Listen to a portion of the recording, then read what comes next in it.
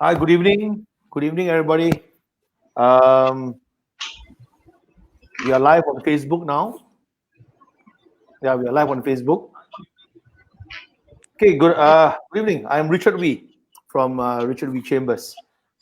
We'll wait for a few more minutes for more people to log on. Um, Already, they are within a few seconds. There are about 10 people who logged on already. Thank you so much. So, this is our continuing webinar series under the Richard Wee Chambers the law firm program. Today's webinar is called the impacts. The community series, where we deal with the community series, and we hope to have an impact with this webinar. With me today are three outstanding people in their own way.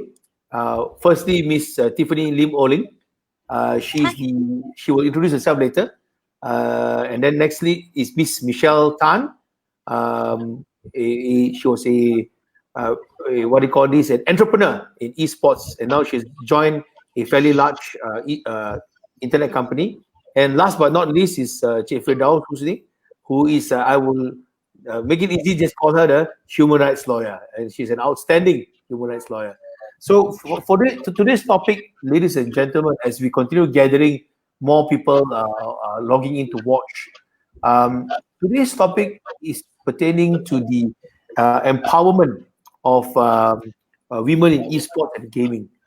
And we are going to try to address a very pertinent, important, essential, painful, difficult, but something which must be dealt with: harassment in the industry, and particularly sexual harassment.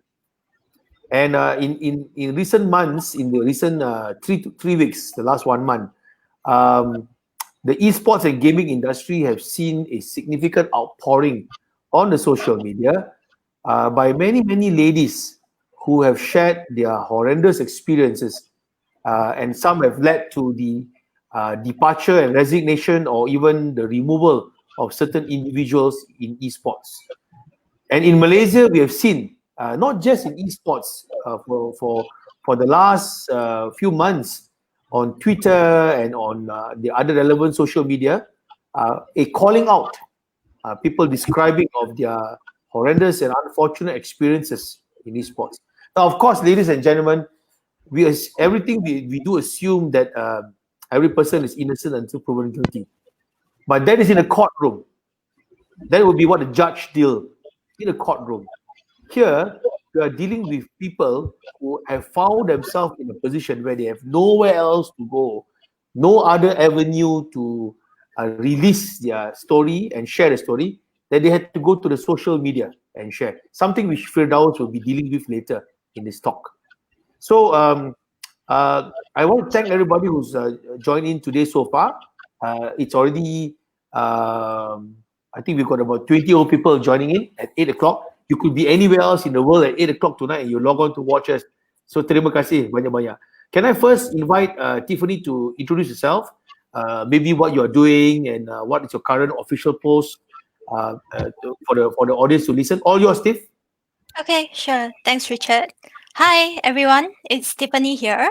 I'm also known as Oling or Baby Oling to the community. So I'm currently the head of marketing and PR at Battle Arena Malaysia, which is an esports arena based in Kuala Lumpur, as well as the vice president of MESPA, which is the Malaysian Esports Players Association. Yep. Thank you. Thanks, Oling. I understand you are currently stuck in Singapore. Yes, I have been stuck here for a few months now. So I'm Still sure, waiting to come back. waiting to come home. Yeah. So I'm sure all the mee-pok in the world there would have been bored you. You can't wait to come back to have a proper wonton mee here. Yes. Yeah. But stay safe. See you soon in Malaysia. Okay. Next in line is as I said, an entrepreneur lady.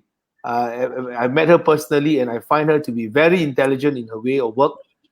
Can I introduce to you Miss Michelle? All yours, Michelle. Thanks, Richard. Hi, everybody. Michelle here. I'm also known as Lilia in the gaming community. I used to shoutcast officially for Ugarina in League of Legends back in as far back as 2013. So I've been in the industry for about 6 years now. As Richard mentioned as well, I co-founded a company called Fundever in 2016, and we manage gaming talents and streamers and YouTubers. So some of you know me as still being active, fairly active in the industry right now, and I also co-lead the local Twitch Malaysia stream team. We have about 500 community members so far on Discord. Yeah, welcome aboard, Michelle. Good to have you here. I'm so pleased to have you because I know you have some comments about this topic, and I look forward to hear your views. Yeah. The next person who, just like me, don't know much about esports, but she knows a lot about human rights. So while I personally, as you know, do esports law, but if you ask me about the game, I probably know Twitch, Dota 2 and all that, but I'm not good at winning. I went to play Dota 2, I got trashed and I stopped playing after that. So, Firdaus, I don't know whether you played any Dota 2, but today is not about Dota 2. Today is about your professional occupation as a human rights lawyer. So can I invite you to introduce yourself, please? Okay, thanks, Richard. Well, no, I've not played, any Dota 2 or it's not part of my professional job scope or even, recreationally, I don't. I was formerly a lawyer, so now for 2 years already, I have ceased practice because I want to join and focus on human rights work and activism full time. So I am now leading an NGO, a non-profit organization called the Malaysian Centre for Constitutionalism and Human Rights, speaking up on a number of issues concerning human rights. Thank you. Thanks. I'm really glad to have you here. On a serious note, I mean, while I was pulling your leg about esports, I think we're here because we need someone like you to share with us a proposed solution, a kind of roadmap. What can we do to ensure the esports and the gaming community feels safe? Feels safe. I want to highlight that word. We need to feel safe when we are involved in this industry. Right now, without further ado, let's set the tone. What we intend to do, ladies and gentlemen, is that the three speakers and myself have crafted a few questions and areas that we want to address. And then I will pose this question, let the speakers have a chat on it, give their opinion, give their view. So there's no slides, there's no PowerPoint involved. It's really all a dialogue. It's as if four of us having a drink over coffee, and all of you are watching. So far, there's only 40 old people logging in here. Thank you so much. But I know for a fact the webinar is being shared many times in other pages. So thank you. Now let's start off with this one topic first. For Tiffani and Michelle. Currently, do you see any? What are the roles of women in esports and gaming? Is there any ladies who are holding important major roles, leading or even generally, even they are not a CEO, they are not the president. What are the roles usually played by women in esports? Can I invite Tiffani first? Okay, sure. Within esports, there are some success stories. So example would be Lina Xu, who's the president of Team Solo Mid, or Ruru, the owner of LGD and VP Game in China, Kelly Milkis, who's the co-owner of Alliance Esports, or Shiva, to name a few. But it's really sad that I've heard so many controversies and debates surrounding these successful women in esports. Basically, they have to go through a lot more scrutiny on their background, their love life, their educational background, even vicious rumors or stories made up by the community. Accusations like, oh, she must have slept her way up, or she probably used somebody to get to where she is right now. So things like that, people never have to go through that if you're of the opposite gender. You get what I mean? So gatekeeping is also one real thing in esports. They will question everyone's validity, whether you are legit, whether you know esports well enough, whether you know your stuff, and whether you actually deserve to be in the position that you are currently in. So for females, the amount of scrutiny they have to go through to be validated is almost tenfold. And it's not enough for you to prove it once. You have to keep proving and constantly proving yourself, and one occasional slip up, and that's it. The community could be vicious and very unforgiving of that. They expect you to be basically spotless, perfect, squeaky clean in order to be deserving of being in a respectable position in the industry. I tell you, it's like running for office, man. It's pretty bad. Yeah. It's just a Wow. pretty hostile environment for females in general in esports. And I haven't even started on the sexual harassment part yet. This is just pure misogyny. People who constantly tell you that you have no business being here, being in the esports industry. Go back to your kitchen, stuff like that. And sometimes it's not just your knowledge or your credentials. They even criticize or judge you based on your looks or throw personal attacks your way because it's social media. Everyone's hidden behind their online accounts. You rarely see that happening with male talents. So all I can say is the successful women in esports and gaming, they're really, really exceptionally strong to have made it to where they are today. That's bad, man. Before Yeah. I go to Michelle, that is bad, man. I can't imagine such a toxic atmosphere. We'll come to that, man. I'm quite upset listening to that. Yeah. Michelle, what is your observation? I mean, have you seen any ladies? What is the role of ladies in esports, women in esports? All yours. Yeah, so I think wider gaming, we actually see quite a few females, right? So we have females in, positions like game development. We have females in positions like game live streaming. In fact, recently we actually just had there was a panel in the recent level play one that was about women as gaming personalities. So there are quite a fair bit of women in that sense, right, in the broader, I guess, beyond esports community. But the truth is, we, even when playing a game, like something very simple, and let's say the game is something that there are a lot of male role models, so like let's take like shooting games for example, right? And say you're a female and you're very good at it. I think the first reaction to like a female who's good at a game is usually one of like disbelief, right? You come into it, having to like prove yourself against all these various like comments going like, are you sure she's good, or are you sure that she can play? And it's very, very similar, right, to what Tiffany said, like go back to the kitchen and stuff like that. But because you're coming in from like just that very position of that imbalance, right? So people come in and they don't believe you that you can play a game. It's it's from there that all these issues start to emerge if you take it from like the very beginning of the whole story. And we're not really empowered, honestly, in terms of the esports and gaming industry per se, right? So it's a very male dominated industry to begin with. And face it, right, even though there are quite a few females now, like I mentioned, in various different roles, the heads of most of the top companies in gaming are actually male. So there are exceptions, but the large majority are male. And maybe a close analogy would be something like the film industry. So, when we talk about personalities and we talk about people who get to the top, a lot of that right now in an industry that's still growing, that's still very, very nascent, is we rely on context, we rely on connections. So in a male dominated industry, it's most likely the male that has the connections, right? So because of that, there's a certain imbalance in terms of, if I want to get ahead, if I really want to make it, I need to know the right people, and these people are male. So just inevitably at the very start, right, you see this whole imbalance, and I think that's where we're coming from when we talk about empowering women and potential harassment. Wow, I think Tiffany and you, Michelle, have really set the tone for the discussion. What a punch, like poof. I didn't expect that. I knew we were going to talk about something important, but as you can see, ladies and gentlemen, we didn't rehearse this.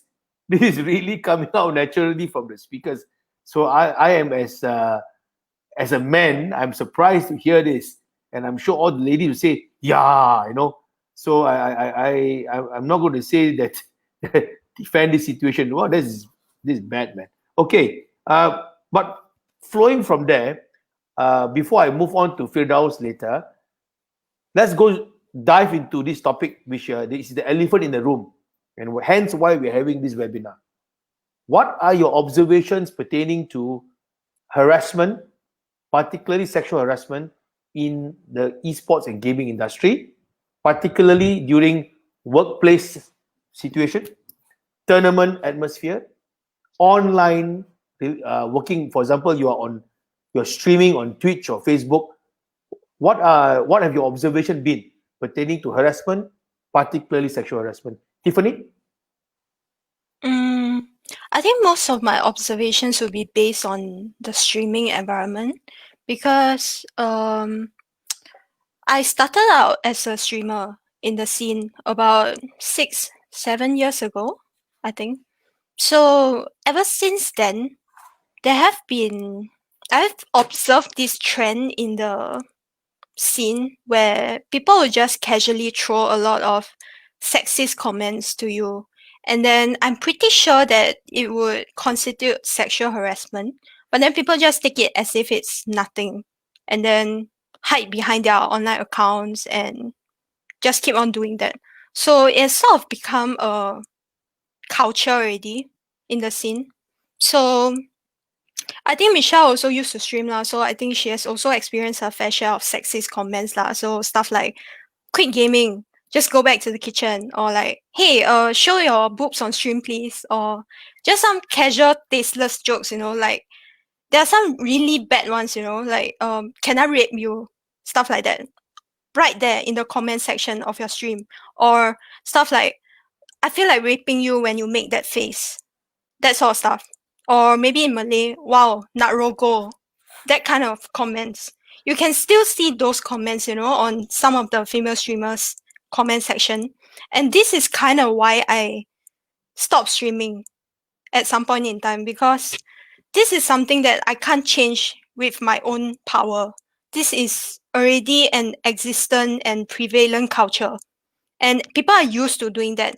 And even if there are newcomers who just join the scene and then they just join the stream even, they want to offer some words of encouragement, some positive comments, and then they see other people doing this. So chances are eventually they will also get influenced, or they might follow suit. They might think that it's okay to do so. Yeah, so this is where the problem lies to me. They kind of abuse the anonymity of the cyberspace to verbally abuse or harass women, especially those who show their face on stream. So, My God, I almost lost for words, because the problem, I mean, Tiffany, I don't stream, so I haven't seen what you've seen. I can't believe it, man. you can still check out some of the stream, Yeah, like the I'm going stream to go boards. tonight. I actually have a Yeah. Twitch account. I'll go and check it out later. But before I go to Michelle, I'm going to say this, that I wonder how they feel if someone say that to their mom. But we'll come to that later. They will Huh? never do that in real life. That's the problem. They don't dare to do it in real life. That's why they abuse the cyberspace to do these things. Idiot. Okay, Michelle, is there? I mean, I know all of us are smiling and giggling here, but we all agree that this is not a laughing matter. We're only laughing because some people are so bodo that they can go online and do that to people and think they can get away with it and think nothing is wrong. But let's say if I go and meet these people's mother and say the same thing to their mother, wow, all hell will break loose lah. I think I'll probably be dead by now already. So that's people very funny one like that. Okay, Michelle, anything to add you want to, or is you have any other angle to that? Yeah, so like on the streamer part, so I've also been a streamer, I think even like 4-5 years now, off and on, and totally echo what Tiffany said, right? I think in my case, I'm lucky that at least the community that I have that comes and watches, they don't really say too much of these things. But I was just reflecting that even looking at whether or not someone succeeds as a streamer in today's industry, right? The most common refrain is that that person, that girl, is famous because she has boobs, and just that comment alone is so I guess destructive in in just setting the tone, right? For females in gaming. And another instance would be, I mentioned I started out as an esports commentator quite a while back. I still remember some of the comments in chat, and it's very common when you're a female commentator, talking about a game.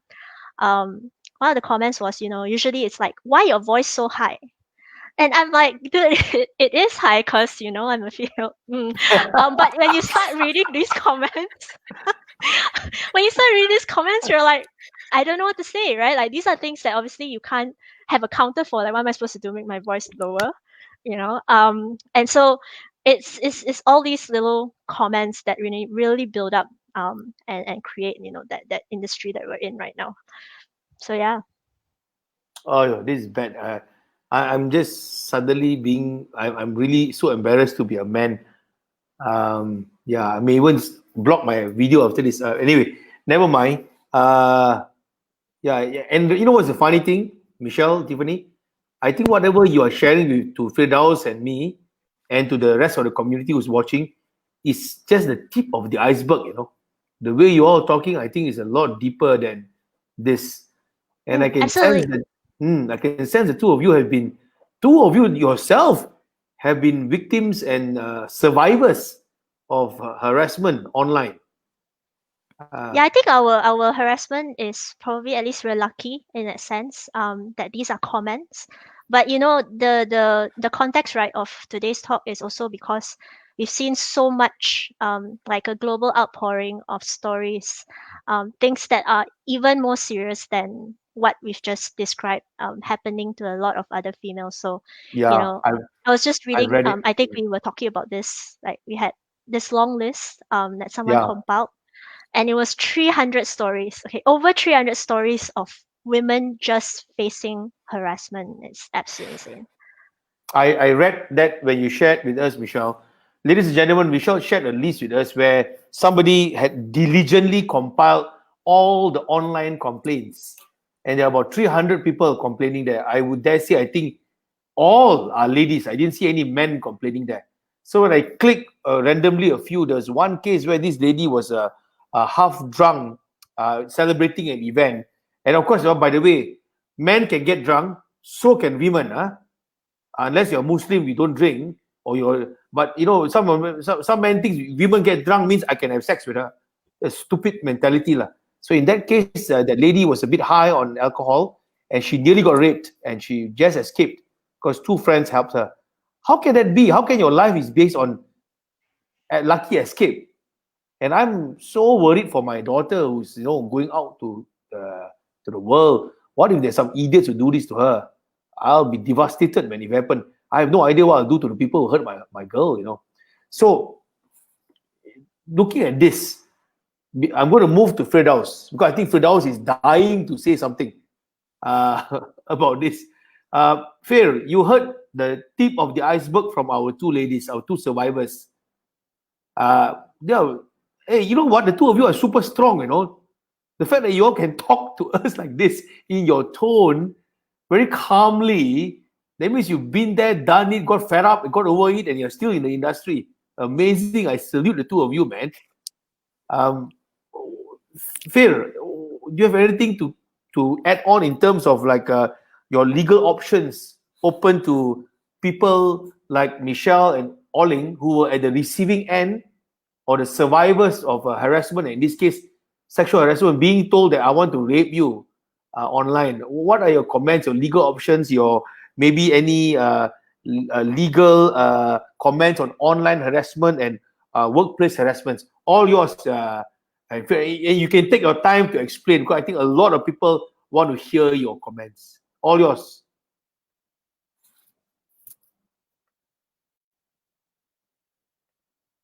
Hang on. I think you need to unmute your button, Phil. Sorry. Yep. Is that okay now? Okay, all yours. Okay, great. Sorry for that. Yes, thanks, Richard. I agree. When it comes to legal option, there's actually a lot to unpack here, and not just because of the issues at hand, but when you are talking about sexual harassment, it's a large umbrella of you're talking about various forms of sexual assault. Consent is an issue in itself. Physical assault, non-physical assault, online harassment. These are all different facets of sexual harassment, and it's important for us to be able to understand that. I mean, I've read up on the situation, or rather the current controversies with regards to esports and online gaming internationally, and this has become an issue. And as you can see from the cases that have emerged, it is not just via online platform, but also cases in which, as Richard has alluded to earlier, in which women who are intoxicated being assaulted. And, you have situations where the first reaction from the public when you hear such cases is that, oh, why did the woman get drunk in the first place? Why was she intoxicated? She must be asking for it. So you have that you could say mindset of the society. That one we can talk about more. But going back to legal option, and I'm going to narrow this within the context of Malaysia. And I know earlier Tiffani and Michelle mentioned about misogyny, the sexist and toxic culture, and from the cases that we are hearing, it can escalate to crimes, to an actual crimes that is recognized in our penal code. And I'm talking about rape, essentially sexual intercourse done without consent. So we have that. And then next, sexual assault. If you are asking about the exact definition of sexual assault, no, our law does not have the specific definition on that, but at the same time, it recognizes various forms of sexual assault. So you're talking about an assault with the intention to outrage someone's modesty. And if it involves a child, Child Act also has a certain provision on that. There is what is called the Sexual Offences Against Children Act, and various forms of sexual assault criminalized in the penal code. And this carries different punishment. You are looking at from 2 years up to 10 years, 20 years, 30 years, depending on the the offences. So these are what the law provides. So I mentioned penal code earlier, I mentioned Child Act, but there's also a provision in the Communications Multimedia Act, and that is section 233, where you utilize an online platform to make comments which are considered indecent, false, menacing, with the intention to annoy, abuse, or threaten. And so what you can do, if it is a comment made through, for example, if let's say, if I were if I were playing online games, and or rather if I was streaming, for example, and I've got that sort of comment that you guys shared earlier, what I can do is, for example, if someone were to say, oh, can I rape you? One, I will go to the police station, and lodge a police report here, because that is essentially a threat, harassment, and someone is basically threatening to commit a crime against me. That one I will do, but at the same time I will also go to the Multimedia Commission and then lodge a lodge a report or a complaint there, because the commission also can look into that as online, online acts committed via online platform is under their jurisdiction. So I will do both of that.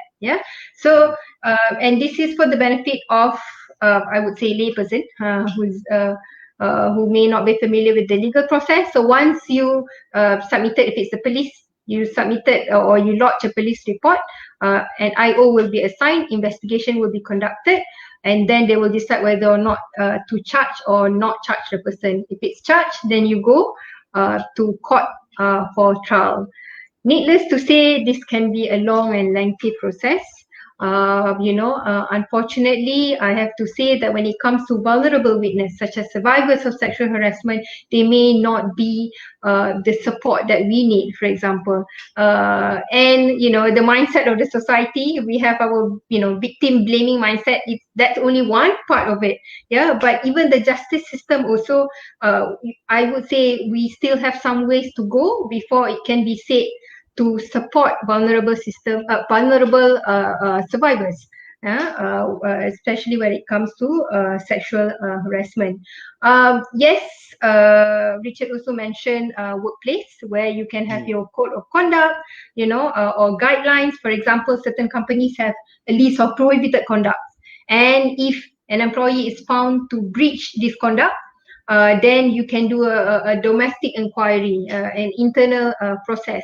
But then that begs the question, because of our mindset society, because of the patriarchy that we live in, where the perpetrators is someone in a position of authority, can you guarantee an independent domestic inquiry? Can you guarantee an independent investigation? That is something that we need to, push to us. So don't just stop at, oh, okay, that company has some sort of code of conduct, and that's it.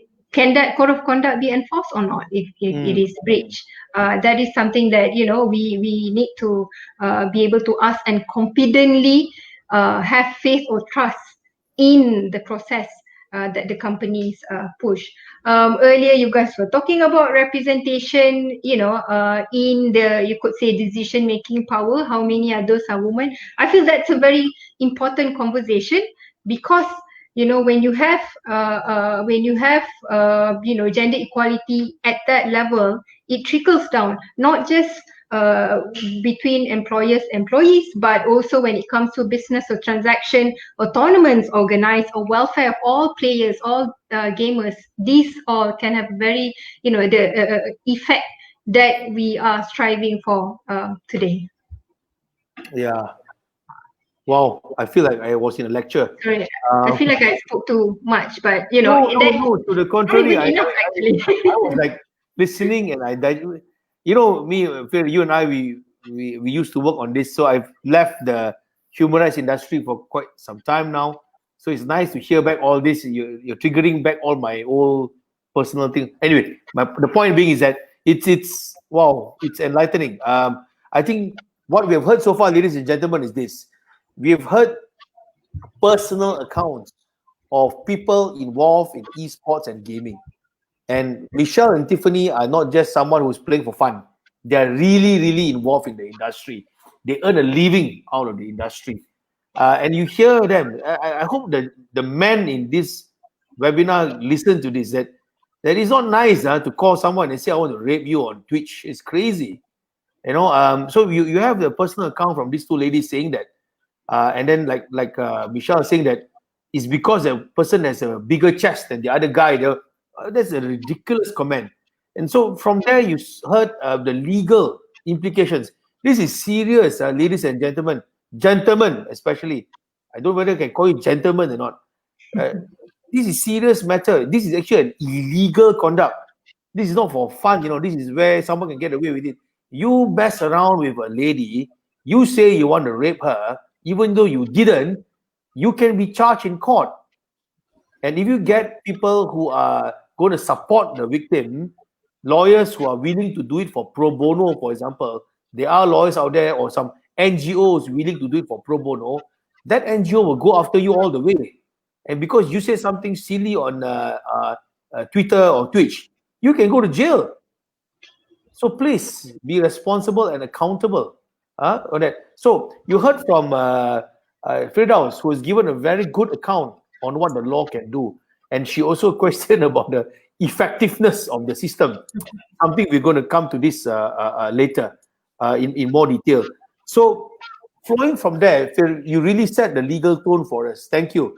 And we're going to come back to you for more inquiries. But I'm going to go back to our two ladies who involved in esports and gaming.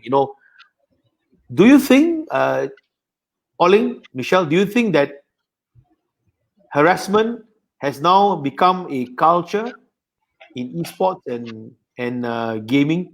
particularly sexual harassment? As you know, there are many kinds of harassment. Some harassment are not sexual in nature, but they're still harassing you, you know. But do you think that harassment, particularly sexual harassment, has become a culture in esports and gaming? Ollie, all yours? Okay. Like I mentioned just now, I think yes, it is definitely prevalent.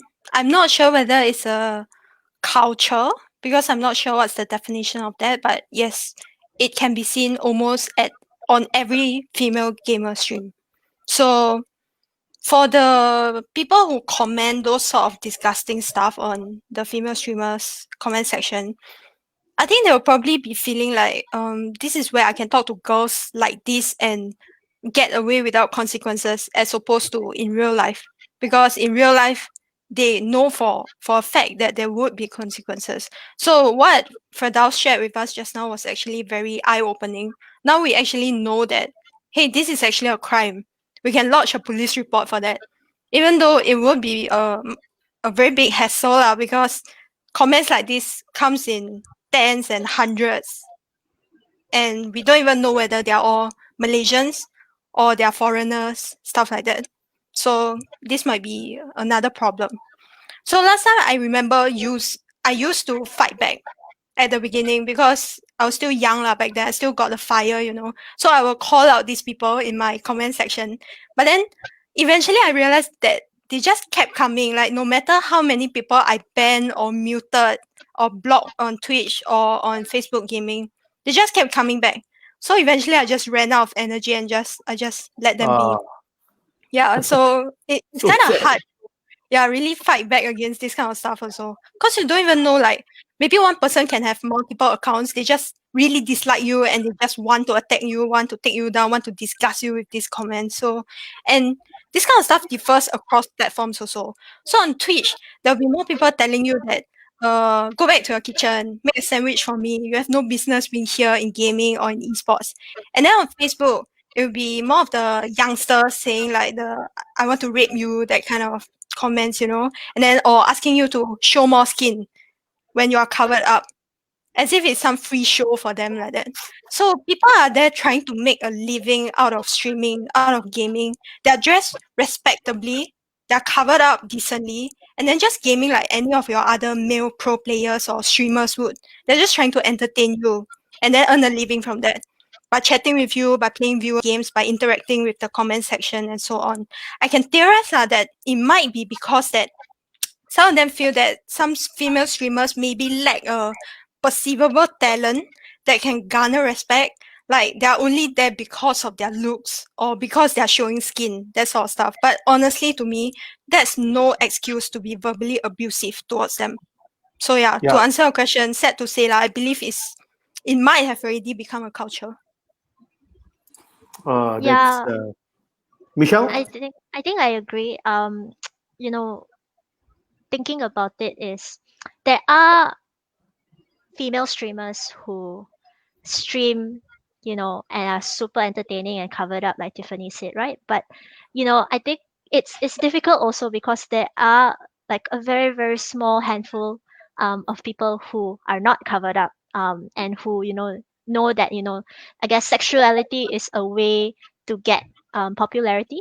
And it's these people that I think when these comments emerge, right, they disproportionately highlight the fact that there are some people doing it, but maybe like 80 to 90% of the other females are not. So it gets a little bit tricky, I think, and the conversation gets diluted when there are some of these people still out there, and we can't really prevent any of that, right? But when I said like thinking about whether it's a culture or not, I think it's actually, wouldn't call it a culture, would call it somewhat like a systemic problem. So like something that is built into the system. Like I mentioned, like from the very start, you have this imbalance of power. From the very start, you have to prove yourself, right? And this all just builds up. So it's systemic because that's how the system has been enabling it so far.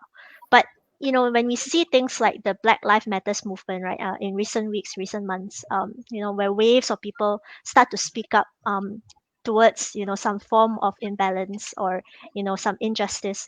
I think even seeing this wave of people speaking up about, you know, harassment and sexual harassment in gaming, I think there is a chance that we can change this cultural system, whatever you call it, right? Um, it's interesting because, like, I think also reflecting on Twitch, specifically because that's where I used to stream on. At one point, they actually came up with code of conduct, and it's a policy where they specified that females should not be wearing certain like outfits.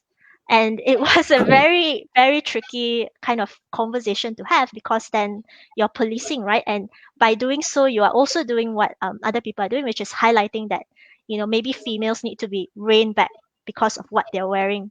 And Exactly. that is why they're getting popular and so on. So, but with the recent conversations around, you know, this extra stories that are coming out, I think, you know, then the companies have started thinking about conducting proper investigations. You know, we've seen like a wave of bans of streamers who have been involved or named in some of these sexual harassment instances.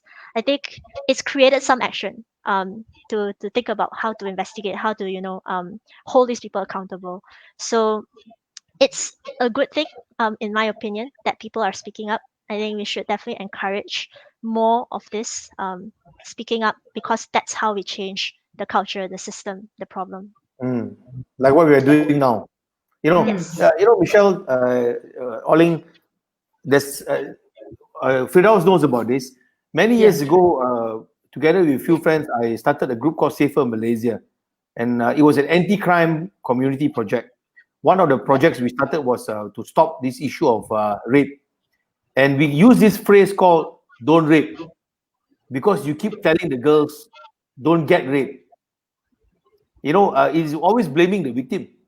And we even came up with a statistics one that what are the cause of rape? Women dressing, women walking in the dark, women this, women that, and then men. And then my answer was 100% men. So that was the only way to push it back. And I think it's the same thing here, like what this lady named Camelia Yong said. I agree. Even if the girl is wearing the least possible clothing on Twitch or Facebook, that's her right. That's her body. She can. So if the guy wear topless, okay. Girl cannot. You must talk sex with her. So I don't understand this idea sometimes. And for the men who are listening, if a girl wear a bikini, you can suddenly say, oh, I want to see your boobs and all that. But and you say that, oh, it's because she wear that, so therefore I can say that.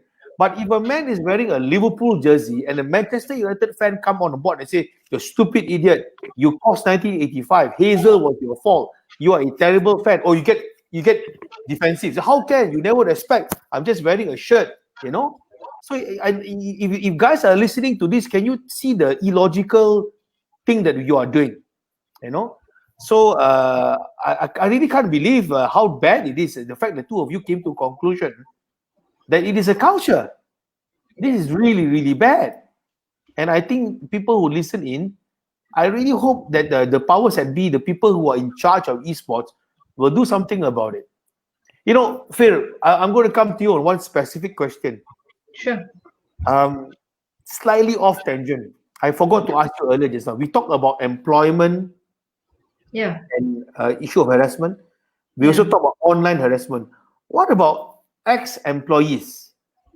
What if someone was working at a company X amount of years ago, something happened to that someone. That she was hurt by somebody while working. Now she has left the company, joined another company, and now she wants to raise this issue. Do you think the Employment Act still apply? Okay, now I feel that's a bit tricky. First of all, it sounded like a yes because it happens during employment. But now that person has left employment, can for example the employer or the employee or a former colleague bring action? If I were in that position and it is something that is criminalized under penal code, I would go for that instead.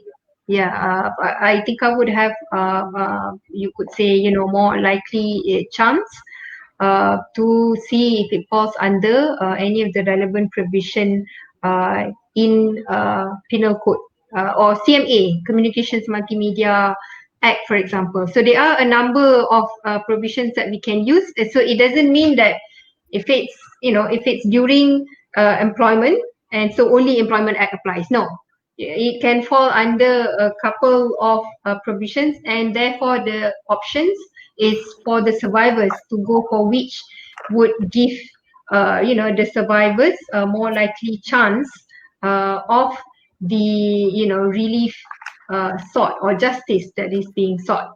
Yeah. So if it is a sexual harassment, a sexual assault that's recognized under penal code, then I would go for that. Yeah. So to all of you ladies out there, because we have been following some tweets and messages where it has happened at your former workplace, and you left, and now finally you have the courage to raise it on your social media. Don't worry about whether it falls within the Employment Act, because the Employment Act actually have a specific provision on sexual harassment. Of course, the act itself has problems. We all know that. Firdaus already know that the Employment Act itself is not perfect, but at least there is some mechanism to address sexual harassment during employment. But outside, once a person leave an employment, actually still can. There might be concern as to, for example, what happens now with the hashtag #MeToo movement and with survivors and their stories coming out. Now I feel empowered, but that instances happened to me 10 years ago. What can I do? In Malaysia, where it concerns a crime, a criminal law, then limitation period does not apply. Unless you are wondering about that. And so if 10 years ago you are still traumatized by it, you want to seek justice, please by all means add on to that stories of survivors and the support group.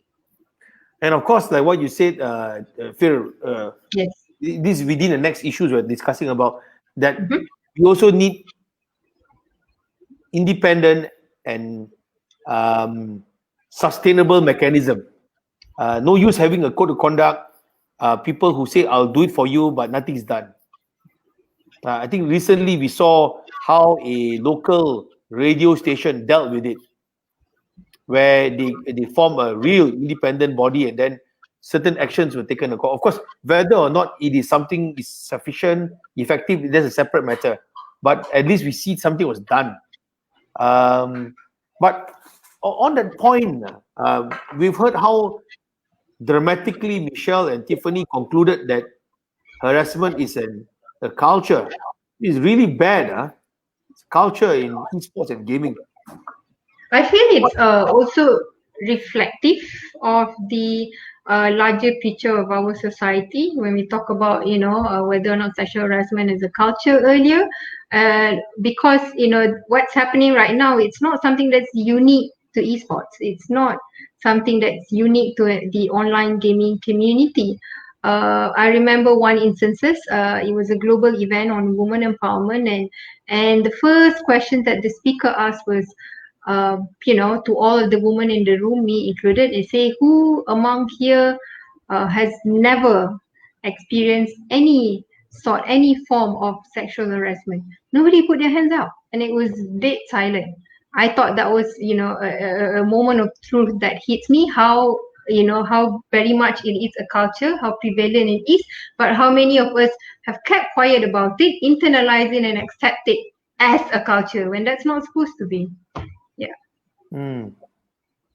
Okay, not a good time to be a man. All right. Okay, but flowing from that, since Phil, you still have the mic before I go back to Michelle and Tim. Sure. Do you think, what do you think, you will be giving a very good and independent view. What do you think the esports and gaming community can do to either eradicate or to minimize that? I mean, let's face facts. We can never stop 100%. These kind of things. But can we what can the esports and gaming community do? Like for me, I can tell you straight, I am going to propose here to all the tournament organizers who are listening in. Let's start with that first. All the esports tournament organizers in Malaysia, that whenever you organize an esports tournament, you should include a code of conduct into it. If you already have, good. If you don't have, time to add in. And I'm talking about effective code of conduct, not the wayang kulit put there just to look good. A proper, effective code of conduct, and so that the both sets of players of both sexes will not feel harassed. That would be one of my proposal. But what about you, Phil? Do you think what can the esports and gaming community do to stop or to reduce sexual harassment in the industry? Okay, so the code of conduct is a good idea, but I would not just stop there. And yes, you're right. Just because it's there, code of conduct, or it's pasted right next to the CPU, for example, and that doesn't solve the issue here. We should ask further, how effective is the mechanism that's provided in that code of conduct? Is it going to be independent? What if it's the tournament organizers who's involved? Yeah. What are you going to do about it? And is there an adequate support system for survivors? Do we have a specially trained personnel who can handle the situation? So these are some of the questions that we should continue to ask when you see code of conduct. I mean, if you don't see one, obviously we will need to push for one, because I do think that's a good idea. But more than that, in answering that questions moving forward, I'm going to try to answer this in two parts. One is, what can specifically the esports community do within the community, and second, within the larger structure, or within the larger part of this, as being part of the society, what can the online community do? So number one, I would say we call out the toxic culture. When you see it, when you see misogyny, when you see sexism, when you see, patriarchy, when you see the man being favored over woman because she is a woman, call that out. And how, you have this bro culture, one bro supporting the other, call that out. And we shouldn't just expecting this to be a woman issue. This is not a woman issue. This is an equality issue, calling for both men and women to be respected, to be treated fairly. So if you're a male, and if you are in agreement with this issue, be our male ally, and call out that toxic culture.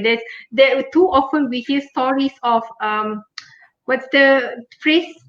Locker room, gentleman's club, and then you have the locker room talk, and I've heard these cases even in campuses, colleges, where boys actually have their own chat room where they rate girls. They grade the girls according to preferences.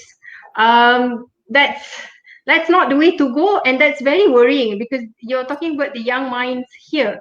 We will then enter, and some of them will probably enter the online gaming community, and so this is what we need to call out. And then number two, support group. So it's good to hear, you have one woman coming up with stories, and then another got empowered, and then also wants to share stories to believe this woman and supports this woman. There is definitely strength in number.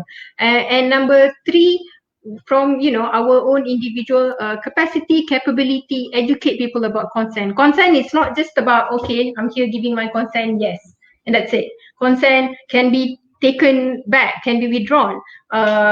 We should also consider whether that person is capable of giving consent. When you are intoxicated, are you actually capable of giving consent? So these are issues which we must continue to educate the people. And then this victim blaming, again, call it out when you see it. When you say, oh, what was she wearing, she's asking for it, why? You know that online gaming esports is male dominated, and then you on your own volition you enter that community, and then that means you are the one who has to bear with that if you really want to make it. That's really a victim blaming in itself. Yeah, and this is not just something that you see from the male community, from the male, but also from female who have internalized that idea. So that is, what the online gaming community can do. But on the larger picture, they are currently talks to come up with what is called the Sexual Harassment Act. They are currently, work being done at the law reform front to come up with what is called the anti-stalking law. Yeah. And also, as recent as last year, end of last year, there was an announcement to establish what is called the Sexual Harassment Tribunal. These are all good initiatives. And if the online community were to be concerted and come together on this is the initiatives and the reforms that the online community should lend its support. Yeah. Brilliant. The last three you say, I hope it happens, but to let it happen, Parliament must first sit. So let's hope they have Parliament soon. Yeah. Okay. Thank you so much for that, Firdaus. But we're not over yet. But for that point, thank you. I think you have given us and the viewers here some sort of a forward-going solution. So on online, and you all heard, ladies and gentlemen, for the online community, call out what is wrong, point out what is wrong, support each other, and then like what you said, Firdaus, for all those men out there, if you feel that this is wrong, and I hope all of you feel it's wrong, say something, do something about it. But Michelle, Tiffani, starting with Michelle first this time, what do you think, Michelle? Fir has given us some fantastic legal and rules of law kind of solution. What do you think, Michelle? If you are in charge and you become overnight, you are the CEO of the biggest esports company in the world, what would you do to eradicate this? So I think Firdaus really called out a lot of very good points, right? Points that I can also add to. So I think she talked about empowering women to speak up. I think if I were the CEO of the largest esports company, I would normalize the act of speaking up. But also, we talked about, how code of conduct is only really effective if we can enforce it. So really put in place protections, right, from, retaliation of people in power. And I think even in the comments right now, there's a lot of, talk about how it's not safe to speak up, or it's not perceived to be safe to speak up. I think the onus lies on us to create as safe as possible an environment for these stories to emerge, right? And I think we also, Fear talked about empowering allies, and I was just reading this story of this account on Twitter where this girl, she felt like when she was harassed, she said she actually froze, right, like a deer in the headlights. Like she didn't know what to do. How do you even appropriately respond in the moment? And she said, like, in hindsight, actually, it'd be great if someone had just stepped up and approached her after that, asked her if she was okay, asked her if she needed help. And also in the wave of all of this, right, we also see like quite a few comments like this from male personalities who are saying things like, if you're in a situation where you feel unsafe, if you're in a party, I will stand up for you, right? I don't care who you are, just approach me and I will make sure that you are safe.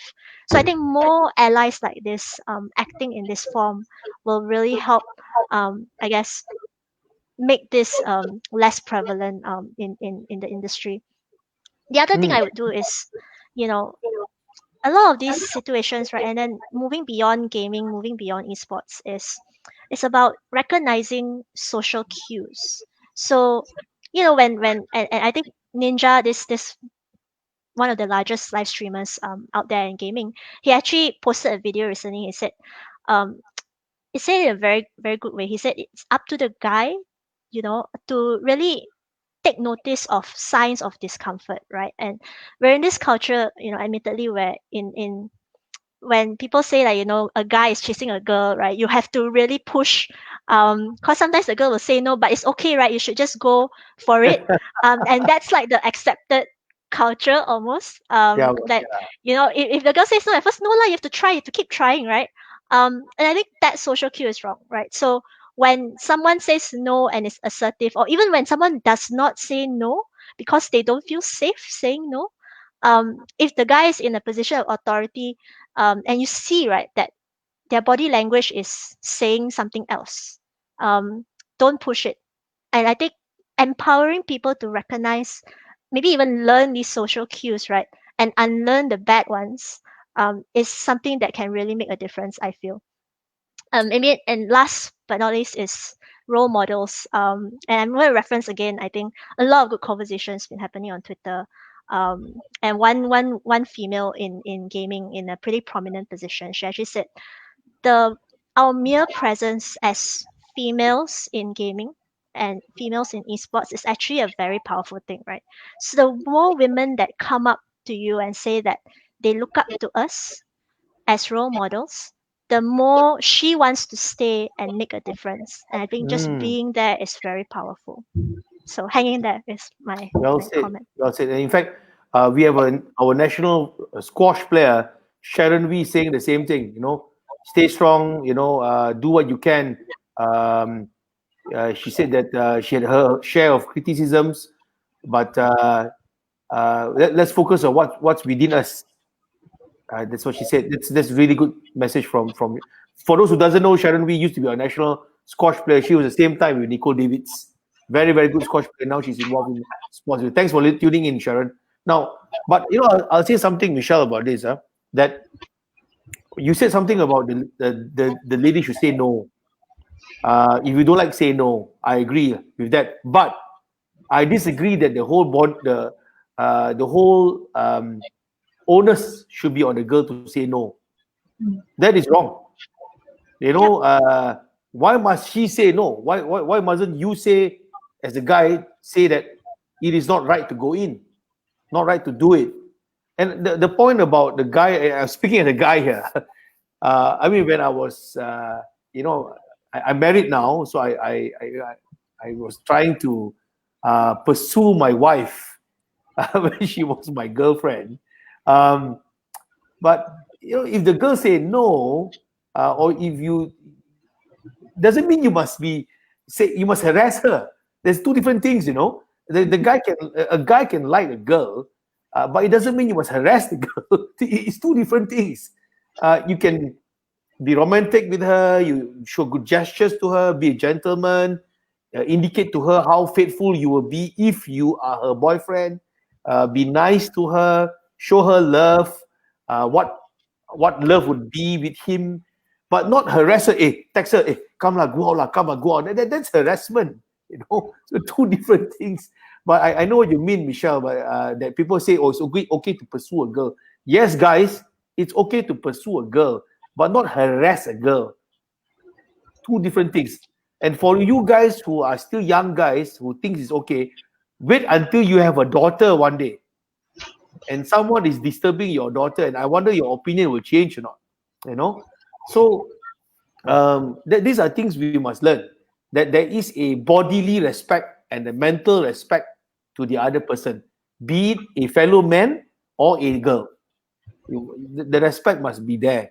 Okay, from there, thank you for giving the ideas, Michelle. Tiffani, what about you? You heard Firdaus. Of course, Firdaus, like me being a lawyer, we give a legalistic argument. Michelle mentioned that if she's the Taika chair in the biggest esports company in the world, that's what she will like to do. What about you, Oling? Given a chance to change things, change the world in this aspect, what would you do? What would you want to be done? Okay. Actually, it's a lot like what Michelle mentioned just now. Normalizing the speaking up culture and then defending the girls or the victims, the survivors, and also the code of conduct that you guys mentioned earlier. I think it's a really good idea, although the problem would still be the enforceability of it. So for this, we probably really need to think about the execution, need to gather everyone who's involved, all the stakeholders and stuff like that, and really get them to sign up to be a part of this, to protect the female talents who are still in the scene, and then plus the newcomers who are aspiring to enter the scene, to make it a safe space for women to pursue a career in the industry. Even I don't see any problems with all these stakeholders joining, not like they will lose out on anything also. And other than that, for those who are in power and has the influence, has the clout to do so, please don't just stand by and stay silent. Because silence means you are enabling the perpetrators, enabling, and basically it's like silently telling them that this is okay, this is something that's accepted. So no, please don't do that. Please make good use of the clout and the influence that you have built up over the years and be the ally that we need. Well said, Oling. You know, for all of the people who are listening in, especially those who are business owners of esports, let me just say this: that the population of the universe, in the globe, half are ladies, give and take. Half are ladies. If the industry continue to disrespect a woman's rights, you will see more ladies leaving, not following. So for you, if you're interested in business, by not doing anything, you are killing your business. Then you're dealing just with a group of hamsap men, if I can say that. So then that's one. Number two, I will also say this, that if the community don't step in and correct this, more and more young girls, the young Tiffany's, okay, sorry, I don't mean to say you're old, the future Tiffany's and the future Michelle's, sorry, I don't get angry, sorry, future Michelle and they will be discouraged. We will not, maybe we won't see a future world champion for Dota 2 who is a lady because she walked out of the game, got fed up. We won't see the world's greatest streamer who happened to be a woman because she got fed up. Everybody wants to rape her every day on the internet. You know, we are actually killing the industry by disrespecting the industry. And like what Firdaus said, that we bring, it reflects a society. Society seems to have this panache for harassment. I have no idea why we have become like that. But like I always said, every time before you say something stupid on the internet, please imagine that what if your mother is on Facebook and I say it to your mother? Do you like it? If you have a sister and I tell your sister every day that I want to rape her, your girlfriend, I say every day I want to rape her, you like her? I think sometimes, you know, Michelle, Tiffany, Firdaus, I know I sound very crude, but I think this is the only way sometimes to talk to another man in that language. Is sometimes being nice doesn't work. I look at it that way. I hope I'm wrong. I hope I'm being, I really hope people say I'm overreacting. It means that there is hope for men, you know? So, okay, can I say this, you know, now that you've seen, ladies and gentlemen, you've heard the three speakers giving ideas on how to solve this, code of conduct, and like Michelle said, normalizing speaking out. Tiffany talks about empowering the support system. But what about this issue of calling out on social media? Phil, you had something to say about this, that more and more people are calling out on social media. Doesn't it mean that something is wrong that people have to go to social media to call out? All yours, Phil. Thanks. Okay. Well, before I answer that, a quick one. One of the initiative that MCCHR has done in the past is a campaign that we launched, and it's called People Act.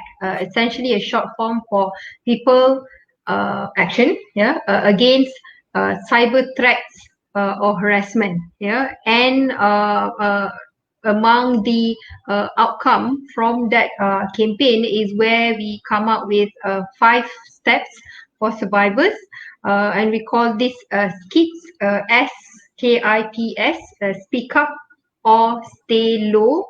And so, you know, if you are confident, if you feel you are supported, and if you know and you want to share, then yes, by all means speak up. But if you don't feel safe, if you think that it's gonna, you know, bring back the such traumatizing feeling, then you can stay low. Nobody is going to fault you for that.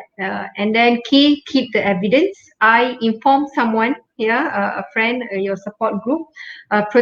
P, protect your online presence. so that people won't try to, hack you and destroy your reputation. And lastly, self-care.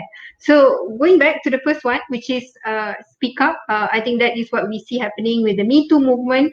And also when you hear these stories coming up, you hear the cancel out.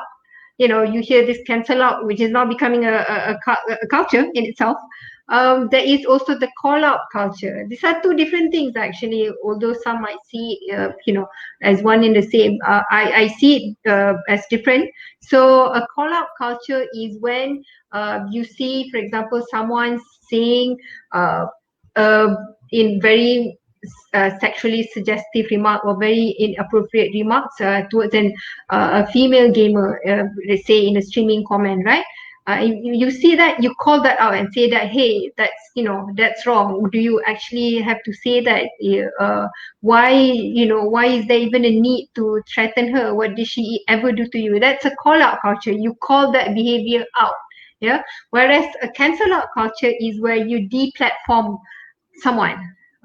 Basically you say that person is cancelled, and to the point that that person should no longer be on that online platform anymore, be it Twitter or Facebook, or Instagram. So there's a slight difference in what you want the end result to be. Yeah. Some people have raised concerns, by saying that, if we are condoning this cancel out culture, call out culture, but what about this principle of innocent until proven guilty? I would be, I'm formerly a lawyer, but I would still be cautious in allowing that conversation, because that's a courtroom legalist. And Exactly. when you apply that standard to, to what's happening outside, we are going to have a problem there. Why? Because we are not talking from a level playing field here. It is not a situation where, when you go to the authorities, you hear plenty of stories where the authorities make fun. When women lodge police report, for example, over a threat of, rape and sexual harassment. I've been in that situation where I accompanied a friend who has been on the receiving end of death threats, attack, and also rape threats. And the first thing that the authorities say is, "Oh, ini je." That is essentially the mentality and the attitude we are dealing with. So to me, don't impose that courtroom burden and legalist on social media, on the expression of views here. You're talking about using the online platform to build support for survivors. That is one. And second, if that person, the alleged perpetrator, feels very, oh, I'm wronged because I have never done that, then use that platform to then express and make your position and statement and say that's not the case. But when you are confronted with a situation where 2, 3, 4, 5, 10, 20 survivors are corroborating each other, then that is where we need to call that out. What we are calling out here is the system that is wrong. What we are calling here is the failure and how detrimental that misogyny, sexism, and patriarchy has caused for women. And you're not even talking about private space here. For women to share public space, for women to share the online space, that is what we are calling out. Yeah. Thanks. But I do feel that the fact that particularly in this case, I'm not targeting the ladies, but because most of the time the victims are survivors, the ladies. The fact that the poor lady has the only avenue for the lady to have is to go on Twitter or Facebook to comment. There's something reflective of our judicial system, our legal system. Definitely. It's very sad. Look at how the numbers of reported cases and the actual number of sexual harassment that a woman faced. That's one. Look at the conviction rate. It's actually very, very low when it comes to sexual assault. To me, that is indicative, and that explains why we have cancel out culture and call out culture in the first place. If that system, I would just, like you say, if our justice system is perfect and does not have these weaknesses or flaws in the first place, we will not have that cancel out culture and the call out culture, in the first place. Yeah. Before I go to Michelle and Tiffany, I echo and repeat what Firdaus said. The concept and argument of innocent until proven guilty, of course, is relevant and important, and we are not diminishing it, but we are saying that it shouldn't stop us from talking about it.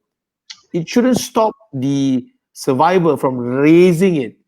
And why? Because we have a not so great judicial and justice system. So justice system.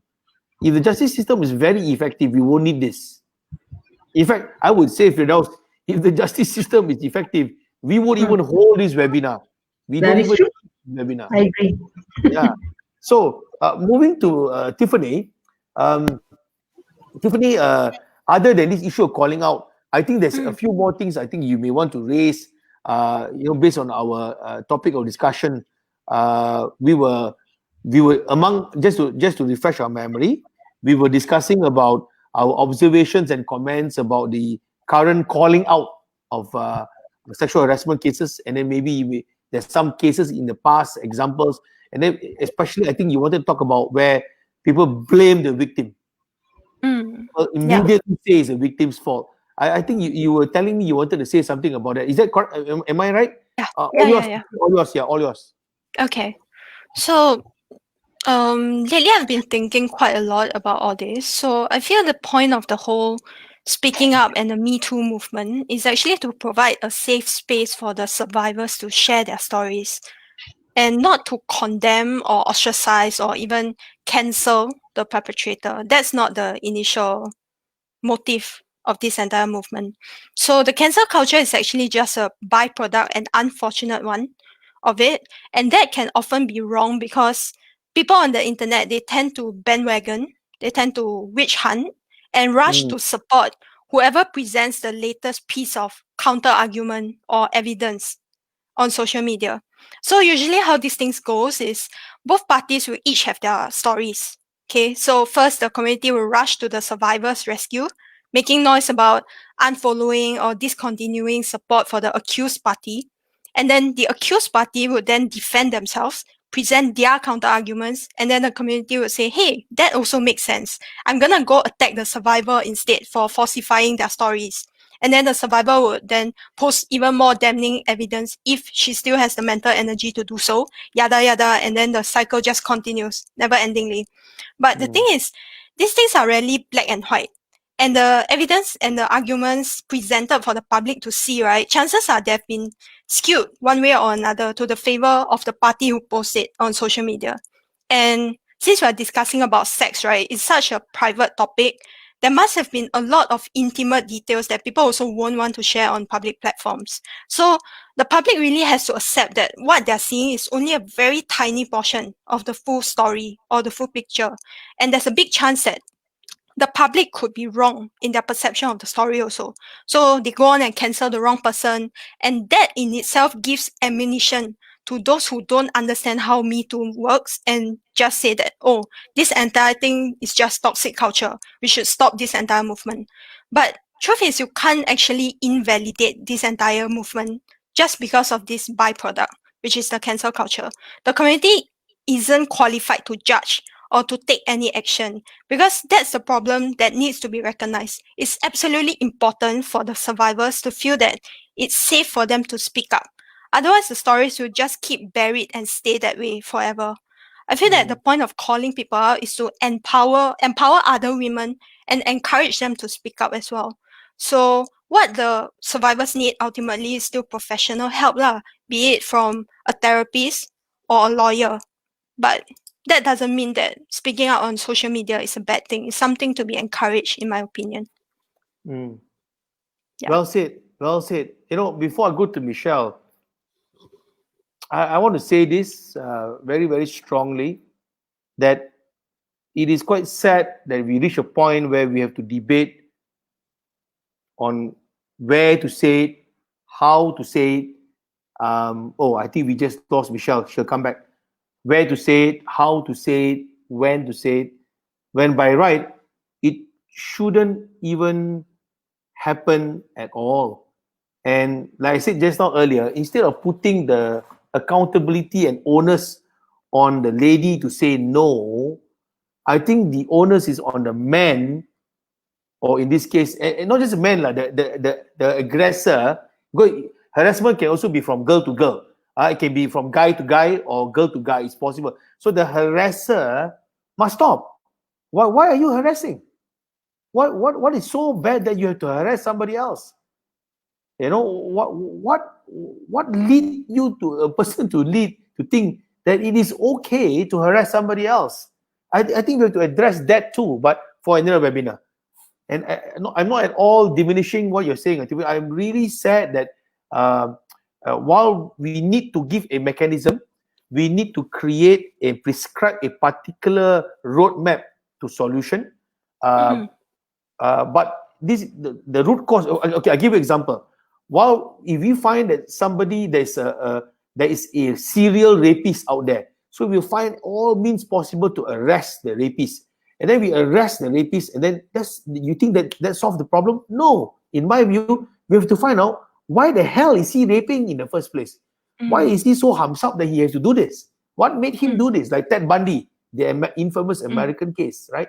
So this is something I think we have to look at. Why is it that people, the aggressors, which is usually men, feel that this is the only way they can do? I mean, is it because you have a terrible life? Because as a man, you were bullied all the time, and therefore you can bully another lady? Is that what is happening? Or you support a football club which always lose, and therefore you think that you can bully to? I mean, what is wrong? Why do we do this? Why is it that the only solution to your depression is to bully another woman? I don't understand that. If someone can explain to me and justify that, then I'll shut up.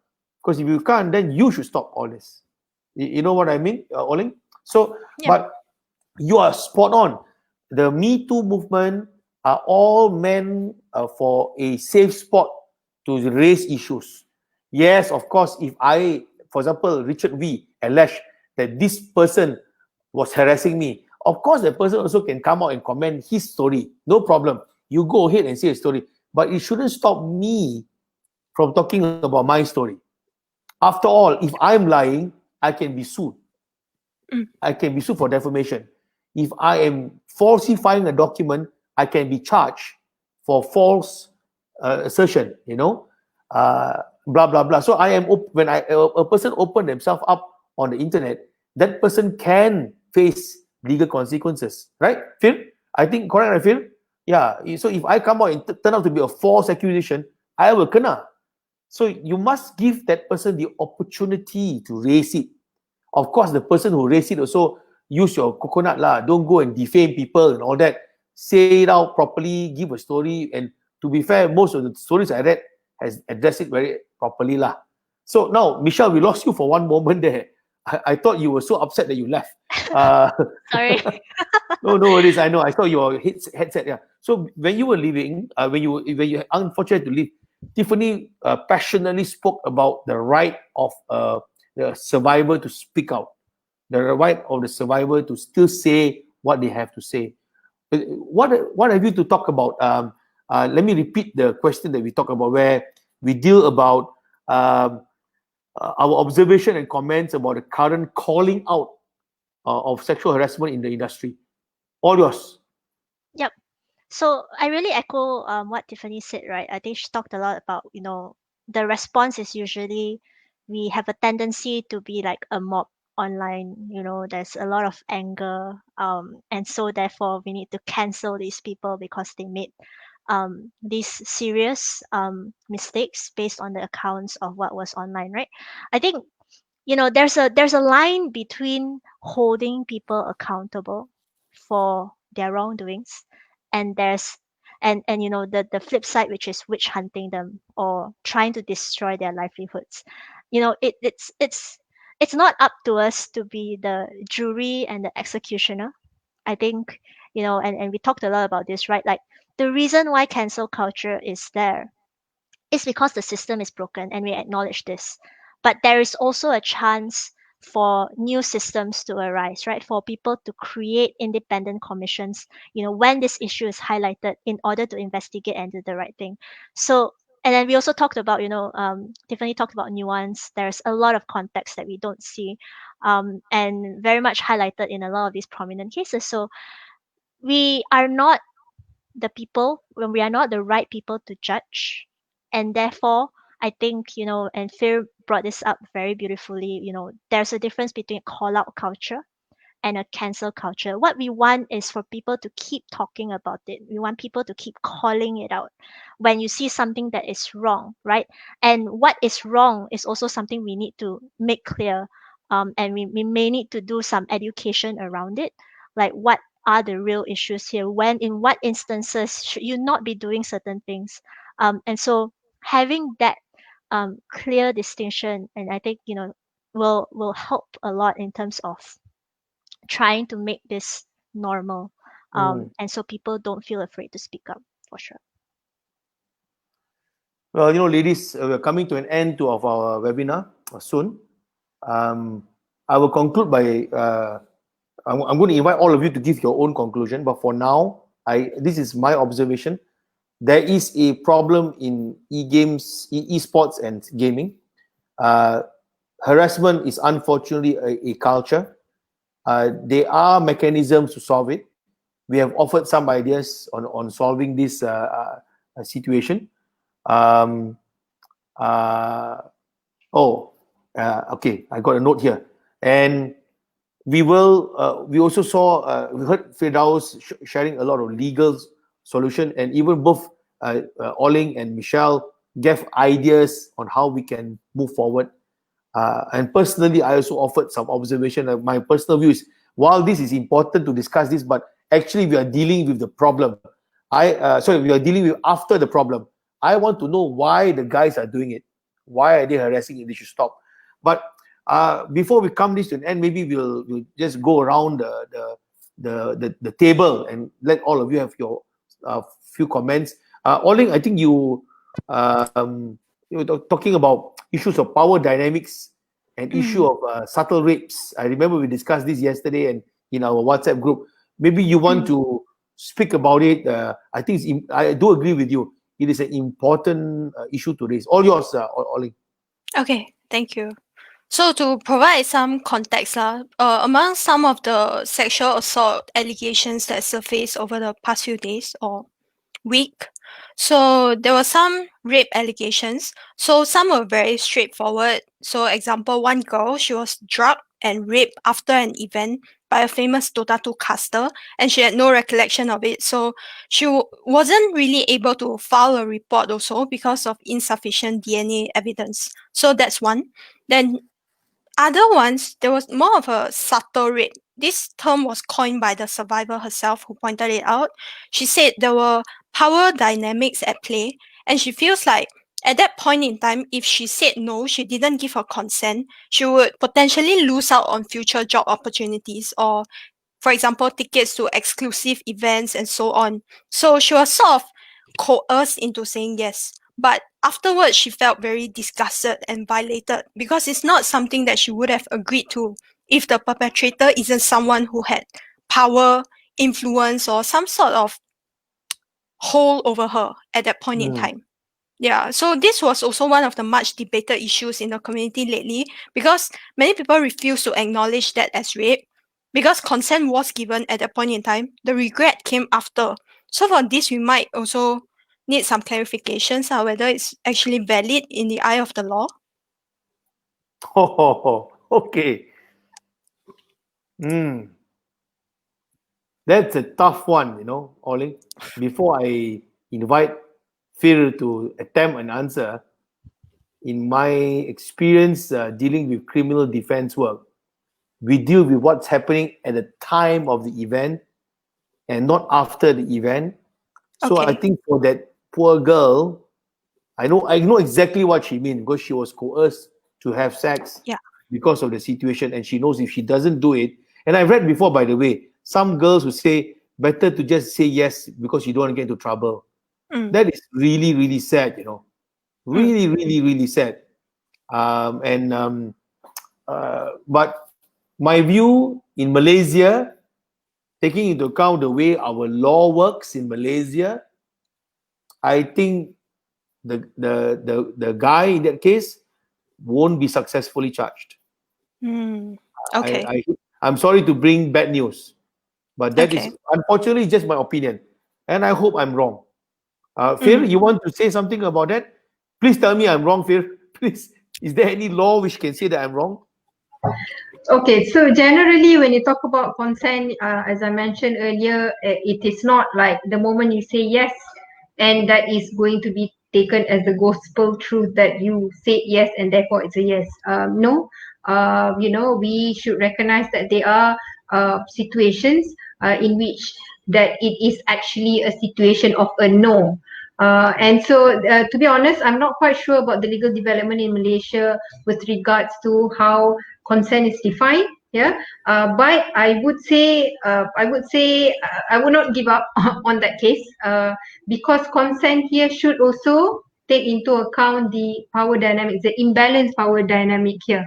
The fact that someone is in a position of authority, the fact that you are worried that not only you're going to be facing violence, but you may lose your livelihood, for example, or you may be threatened that someone else close to you might be assaulted or harmed. So aside from power imbalance, we talk about intoxication earlier. Yeah, if someone is conscious enough to give consent, could someone be mentally incapacitated to the extent that she cannot give consent? And also, of course, under the law in Malaysia, when you're under the age of 16, legally you cannot give consent. And so to me, in that situation, you can still argue. But if you're asking me about the chance of success, I would rather not give you any hope, like, a legitimate expectation, you call it. But that is one argument you can pursue. Okay. Well said. Phil, Thank you. actually, while Oling was raising this, Yeah. I didn't want to answer in the beginning because I didn't want to make me sound like I'm basing my answer on a TV show. But Okay. in Law and Order, the TV show, the Special Victims Unit, there's one episode I happened to watch exactly on this point where a girl had said yes, but actually she meant no, and she was forced to coerce to say yes. But in that, of course, number one is a TV show.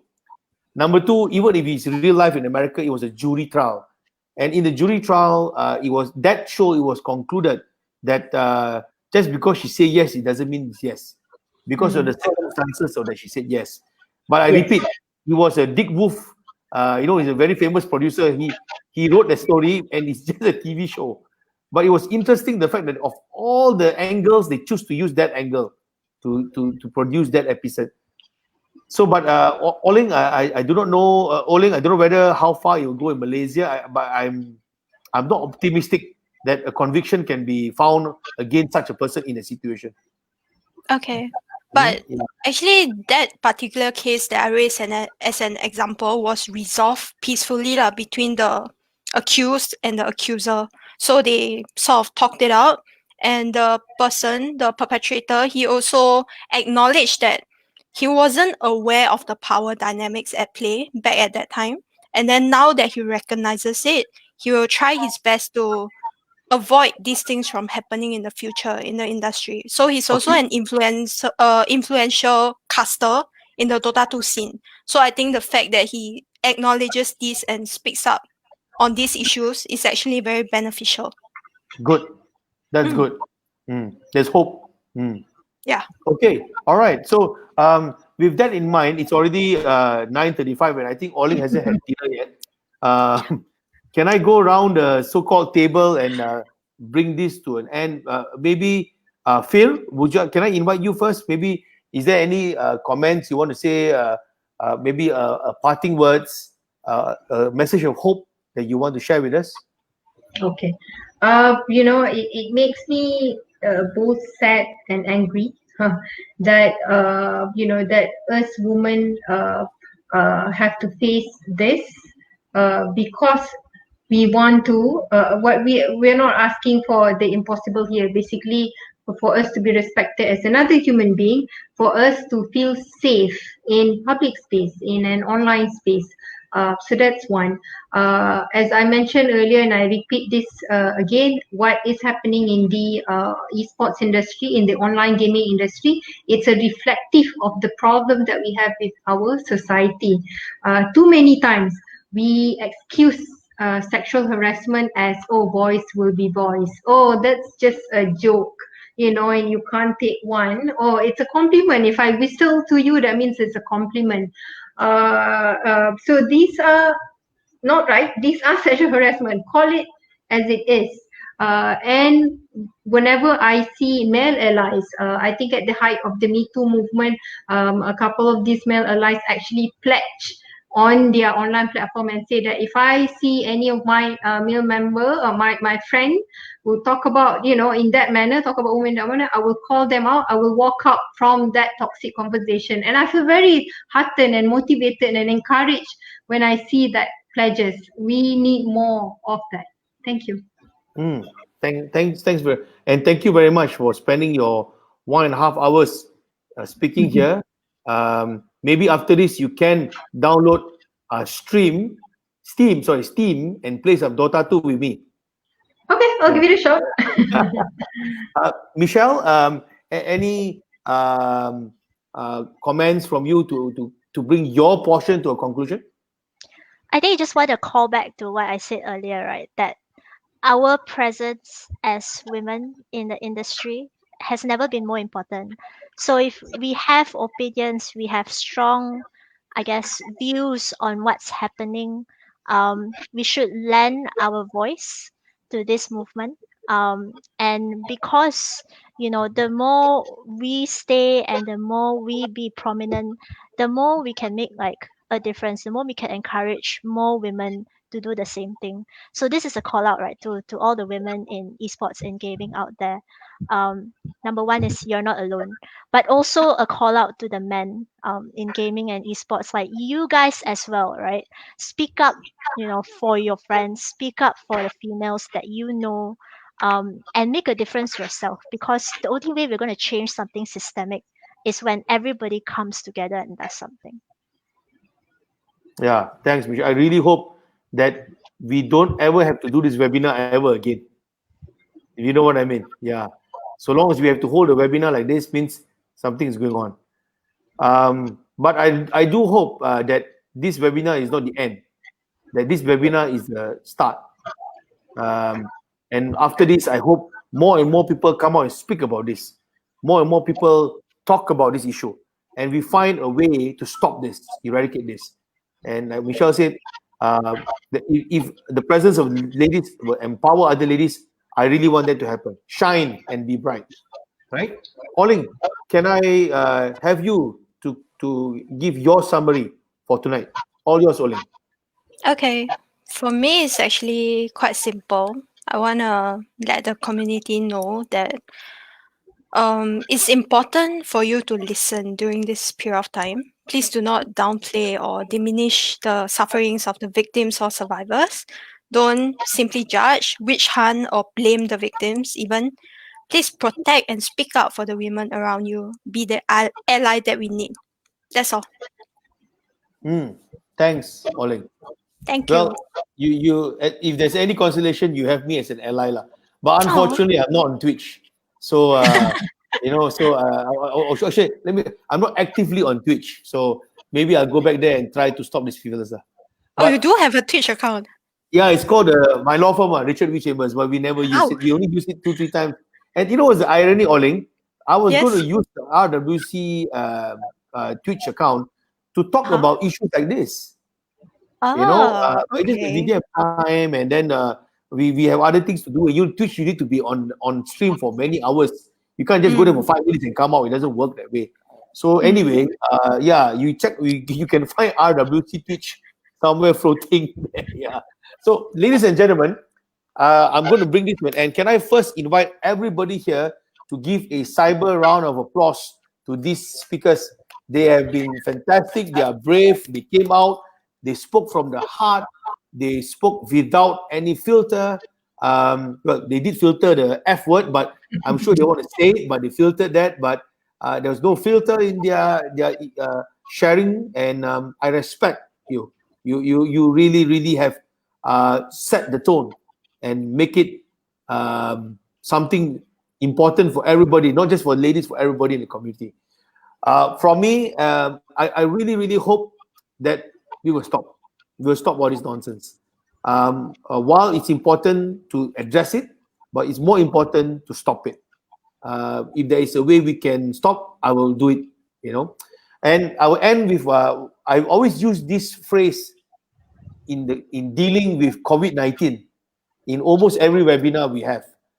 And this is the phrase we always say, but I'm going to apply it for this situation because I think it will apply here too. And the phrase that I always use is, together we will prevail. And this time it's going to be in this situation. I think Firdaus heard me saying this in the other webinar when we did it 2 months ago. Yeah. So for this situation, I really believe that together, if we all come together and fight this out, we will prevail. We will give the young small girls hope that they can come into esports and gaming in a safe environment. That's what we are going to do.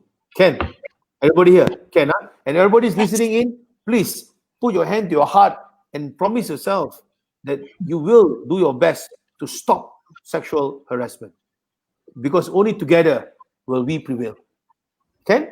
Ladies and gentlemen, good night. I'm going to let Tiffani have a dinner. Let Michelle go back and have a sleep. And Firdaus, thank you very much for your time. I think welcome. you really helped the community at large.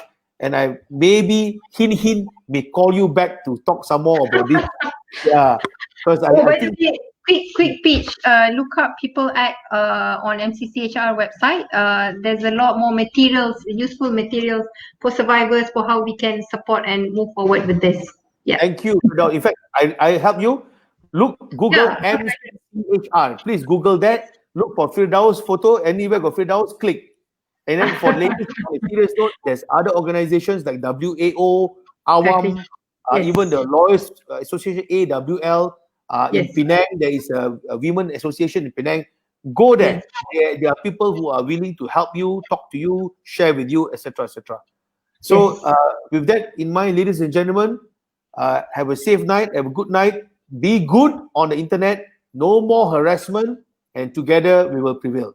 Good night. And the speakers, hold on, don't leave yet. Good night. I'm going to end the broadcast now. Bye-bye. Good night. Thank you. Bye, everyone. Thank you. Thank you.